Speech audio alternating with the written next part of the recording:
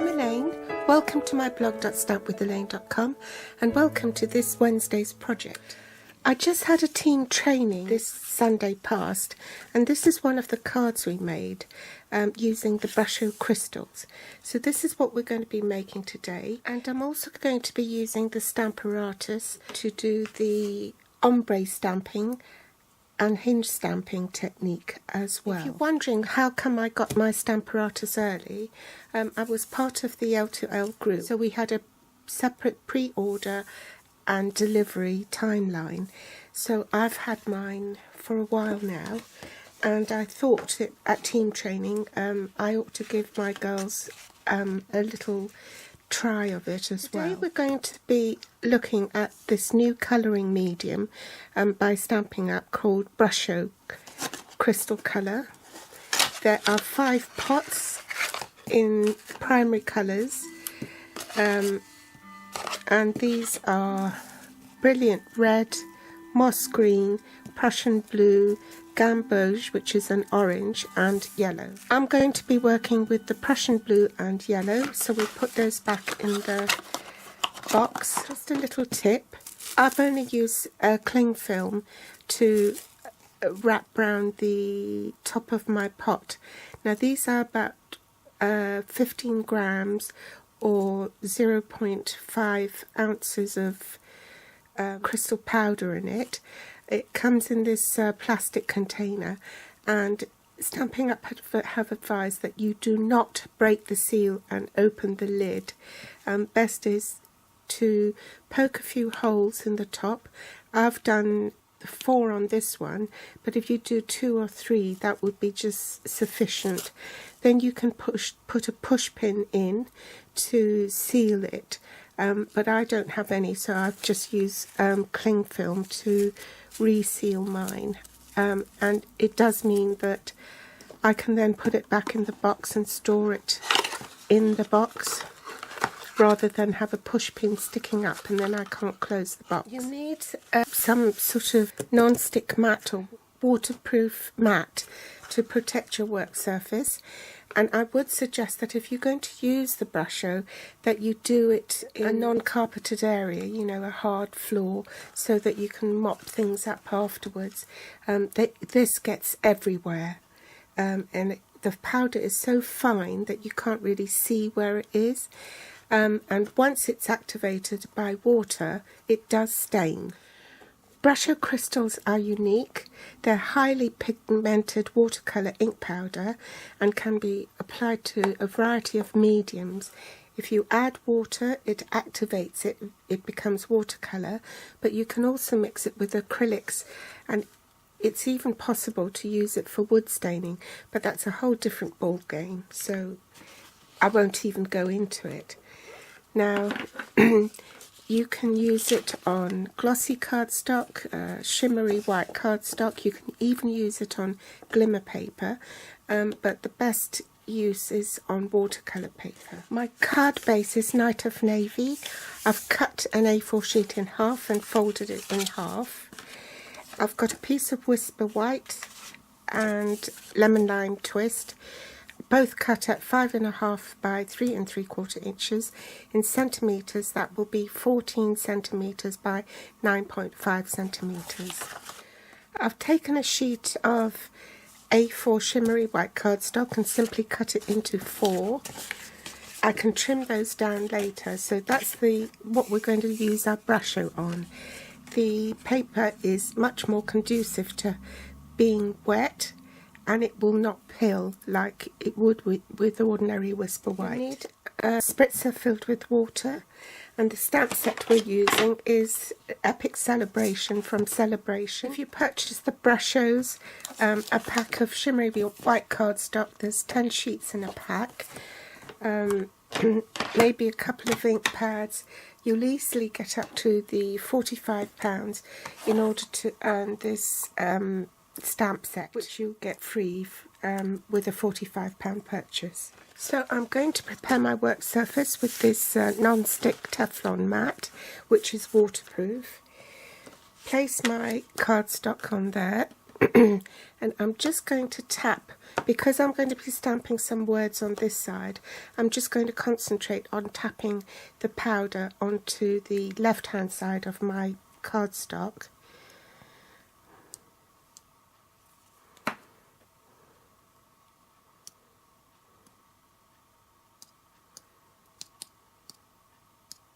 I have a spritzer here. Make sure that the nozzle is pointing away from me, and say about 4 to 6 inches away from the work surface, I just spritz.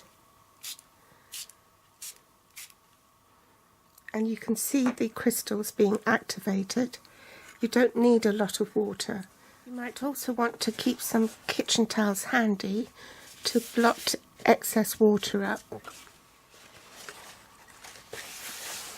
Bring in my Stamparatus, use the magnet. I'm only going to use one magnet because I don't want the second magnet to break.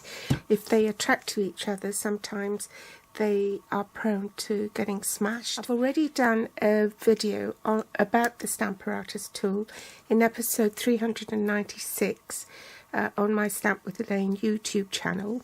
That was published on the 10th of January, I believe. So I won't go into more details about it again. It's a stamp positioning tool. I'll need to trim this off a little bit. It should be 3 3/4 inches. A bit off the end here and a bit off the bottom. So that should be 5 1/2. My cardstock on. Now this magnet, there's a metal sheet underneath this grid. So that's why the magnet adheres to that, and I'm going to put it on this side. Pop one of the acrylic plates on. Remember to put them in perpendicularly so that it's 90 degrees angle between your work surface and your acrylic sheet. This is about 1 1/4 inches, so the ideal size of stamp should be about 1 inch. So I'm going to place that on here, close my acrylic sheet to pick up the stamp. Then I can check whether the stamp is straight, and it isn't. So I can make a minor adjustment. And to clean your Stamparatus, you need one of these, a synthetic car chamois called the absorber cloth. It doesn't leave a residue, it doesn't have lint, but it's very absorbent. And if you just wet it, when it gets dirty, you can just wash it in normal type soap, and it will clean. Although it won't take the stains away, it will clean your cloth. Now, just a little tip. I want to see if the position of stamp is in the right place. So what I can do is put my imaging sheet from the Stampin' onto the grid, ink it up, stamp on the imaging sheet to see if I'm happy with the position of it. Yes, it's straight, I think. I can take the imaging sheet away. I haven't wasted my paper by stamping on it. And then reposition the magnet, and I'm going to start from the bottom.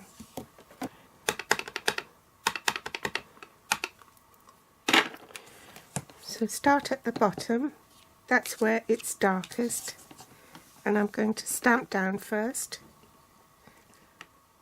I want it darker than that,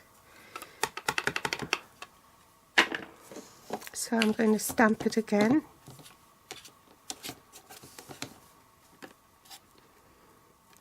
I'd want it even darker than that.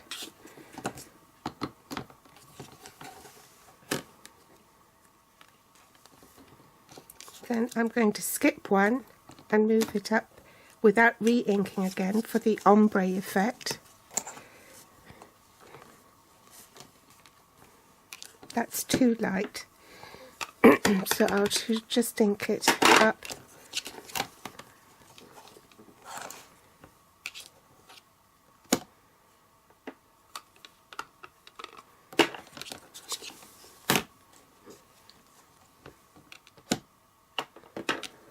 Move it up another notch, stamp, move it up another notch and stamp. Then I'm going to clean that with the absorber cloth.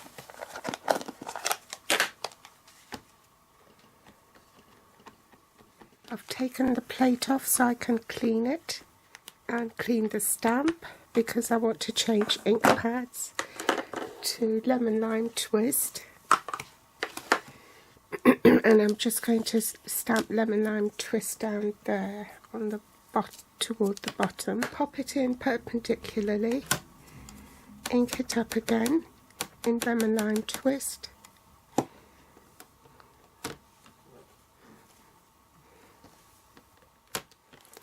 Clean it again. I won't take this off because if you want to do other stamps it's already positioned in the right place. So I use the other stamping surface. So I switch the plate around and place it this way. Grab the guitar and I think I'll pop it there. Might have to use the other magnet because the paper is racking up. Ink up the guitar in Night of Navy and stamp. Slide the magnet away. Pop the other piece of cardstock, which was the ordinary Whisper White, for the inside of the card. This time I want the headphones and I'm going to stamp it here. Again, here's my other plate. Insert it perpendicularly. Pick up the stamp, pick it up and stamp. Remember, you cannot put both plates into the central position because it will damage your hinges or the acrylic plates. So it's best to take one of them off and leave the other one on. Put your mat there to protect it if you're just going to use it again in a minute, and set that aside.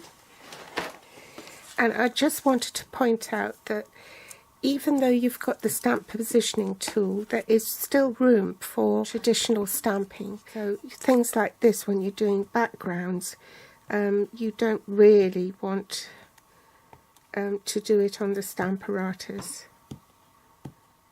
It's much easier to do it with a traditional stamp. Now you're ready to assemble the card. Jumbo glue on the back of the card insert.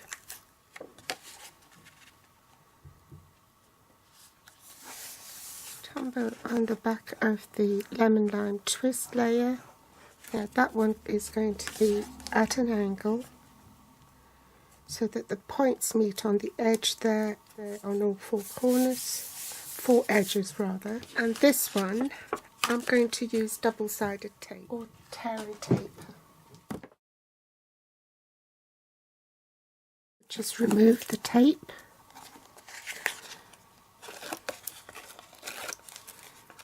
Put it on square, straight on the card. Ta-da! Finished. I hope you've enjoyed today's tutorial. If you like it, do give me a thumbs up. Subscribe or share on Facebook, and my grateful thanks if you do. If you're watching from YouTube, you'll find the list of supplies I use below this video in the Show More section, with direct links to my online store. They'll also be listed on my blog here at blog.stampwithelaine.com. You can find me on Facebook, Pinterest or Instagram.